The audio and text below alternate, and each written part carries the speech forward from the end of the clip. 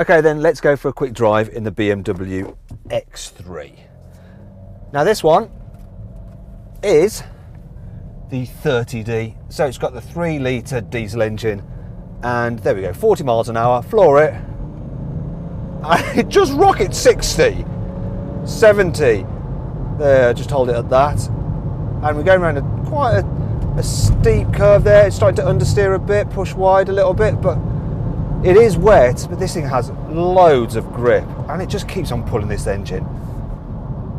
I do like this engine, it's so powerful. I mean, you can just blow sports cars away with this thing, with this particular engine, but most people, most of the time, won't really need it. They'll be fine with the 20D. Now, the car that I'm driving at the moment, it's M Sport, it's got 20-inch alloys, and this car, in order for it to handle as well as it does, I mean, BMW has had to give it pretty firm suspension, and that does ruin the ride quality. So on a broken surfaces, it just seems to fidget a lot, and I don't know if you can see it on our camera, but there's probably quite a lot of shake, and yeah, it's not quite as comfortable as it should be for an SUV, really.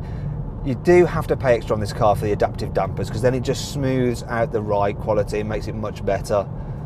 And you know, yeah, this car does handle well, but ultimately SUVs, they're more about comfort, aren't they? If you want a sporty drive, you're better off getting something like a 5 Series Touring than this car.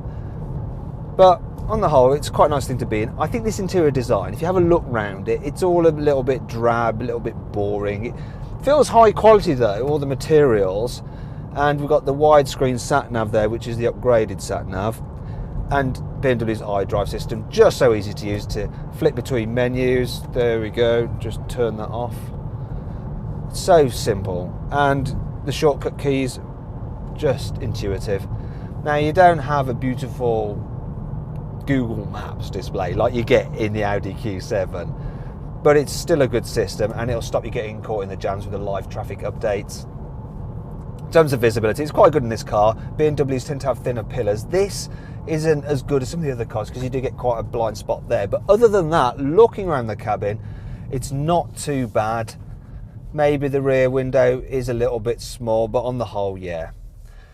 It's a little bit noisier, I'd say, than its rivals. You get quite a lot of tyre roar, but it's fairly comfy. It's just that suspension which lets it down, gives it a jiggly ride. So like I say, you do have to have the optional adaptive dampers.